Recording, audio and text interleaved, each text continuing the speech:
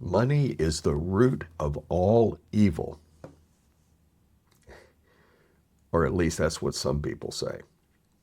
The expression has been around for quite some time, at least as long as I can remember. And on the surface, there may be some truth to it. But is it the money that's the problem, or is it our relationship with it? We're going to explore that in this video.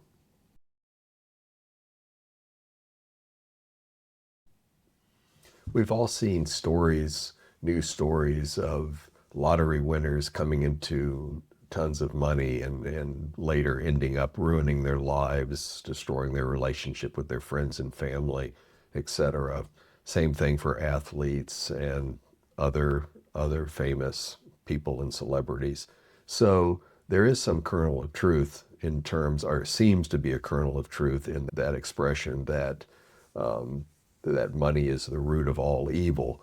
But it's interesting to note that that phrase or that expression, its original meaning was that it wasn't the money per se that was evil or negative. It was how the individual interacted with that money.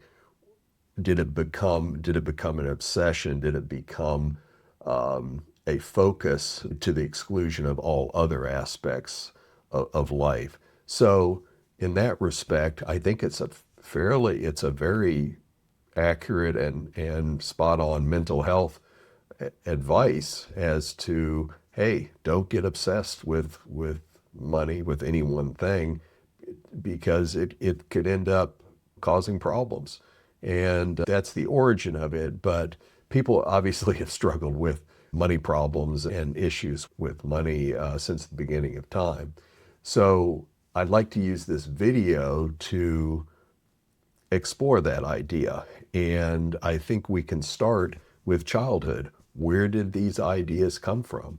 And, we know that our relationship with money starts back with our earliest memories. Did we come from a family where there was scarcity, where there's not enough money to put food on the table? Did we come from a family that did not handle money responsibly? These are the sort of habits that can become ingrained. Were we part of a religious tradition or community where having money and focusing on making money was frowned upon? So we bring all of these things into adulthood, and often they're suppressed. We don't really think about them on a conscious level, and so that affects our relationship with money, and we see the negative effects with these lottery winners, for example, and athletes and so forth. But it's really not a surprise, because how many of us have had any formal training in personal finance, in managing our money responsibly? So I think that for many, I don't want to generalize too widely, but there's a lot of people out there that they have not had any basis or formal training and development of skills on how to responsibly handle money. So it's really no wonder, you look at a professional athlete spent all of their time training and focusing on developing their skill, but how much time, if any, was spent on focusing on developing their financial skills? So again, a lot of people come by it naturally, and no one should be beating themselves up over it. But it is something that is there, and it may be hidden in your subconscious. When it starts to come out, we see it dramatically in these news stories with people who may come into a lot of money suddenly. Another idea is to look at money as a type of mirror on how we interact with money. And so typically these beliefs that we've brought into adulthood, they start to appear in negative ways, where money would work against us when it becomes our identity, when it fills an emotional need that we have, if we look at it as a measure of our success. So there's a little bit of this. I don't care what, how much training you've had in finance or what your family background is. we live in a very materialistic society. So we can't help but think, oh, old Joe next door, or my friend, he's making more than I am, or his net worth is more. These are comparison. That's sort of a human condition. We tend to compare ourselves to others. It's not a healthy thing to do. I don't recommend it. But the point is, we do that all the time.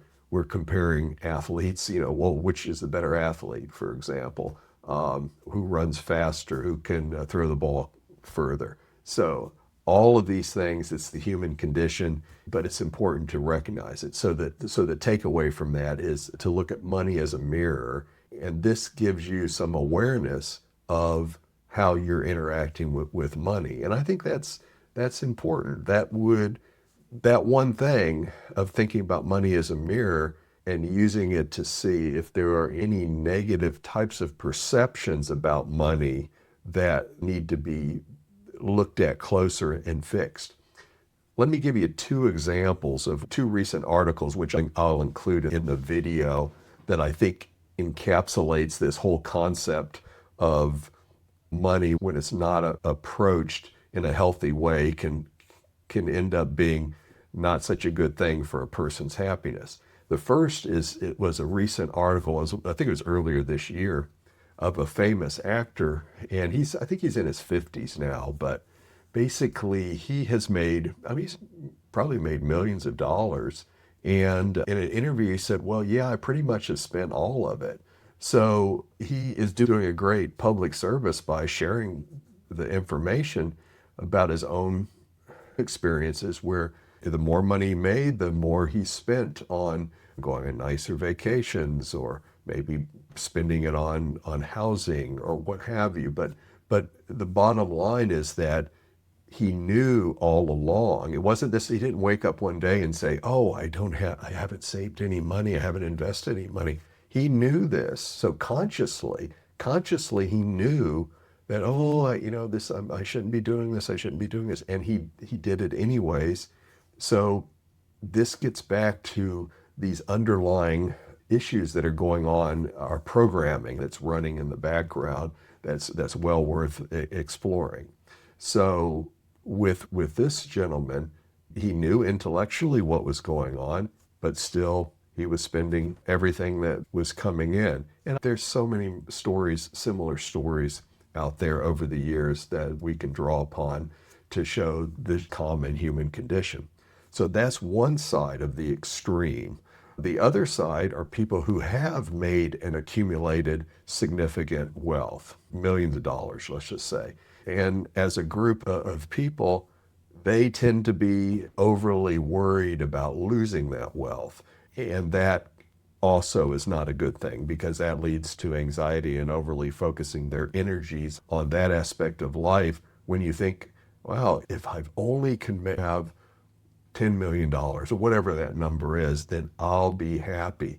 Well, it turns out maybe not, because of the human condition, and because how our brains are wired, and because of our family background and so forth. That may not be the case. And so I know from my own personal experience that I spend probably too much time thinking about my investments and what I need to do to make sure it's adequately protected and so forth. But again, we can relate to both. I can relate to the actor's predicament. I can relate to these other individuals who have accumulated wealth. So the grass isn't always greener on the other side. It's just different. And so I think both of these articles point to the same issue about our relationship with money. And I think the right answer, my opinion, is moderation. I mean, I don't think we should throw caution to the wind and spend everything carpe diem, but I also don't think that fretting about money on a regular basis and spending a lot of your emotional energy on getting stressed out, if you have $10 million, you say, well, gosh, what if I lose $1 million? What if I lose? I mean, you'd have to really screw up really badly to get in a situation where you don't have any money. So, but it is possible. It is possible. And I think that is a fear that people have. So the two case studies. So what is the takeaway? Well, let me ask you, how do you feel about money? What is your relationship with money? And there's some questions you could ask yourself. Do you notice any of these negative feelings about money in terms of you use it to identify self-worth, or do you feel that there is a risk of losing the money, so you need to think about those emotions that you tie to money, whether your spending pattern, your investing patterns, and so forth? That's an important thing to consider. But remember that we all are individuals. We come into this world and we develop as human beings with our own emotions, with our own perspectives. And the important thing for us to do is to try to live side by side with those perspectives and try to change them when needed, but to manage them and ultimately to better manage our emotions.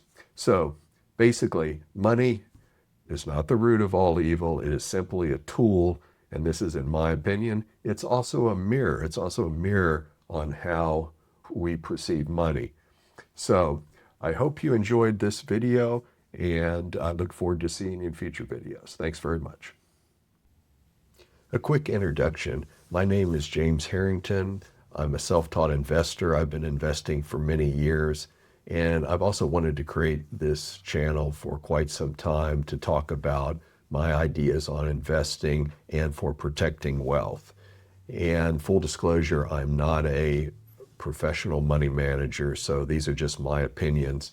And if this is the type of information you'd be interested in, I would love to have you subscribe. And if you like the video, please give it a like. Thanks so much, and hope to see you in future videos.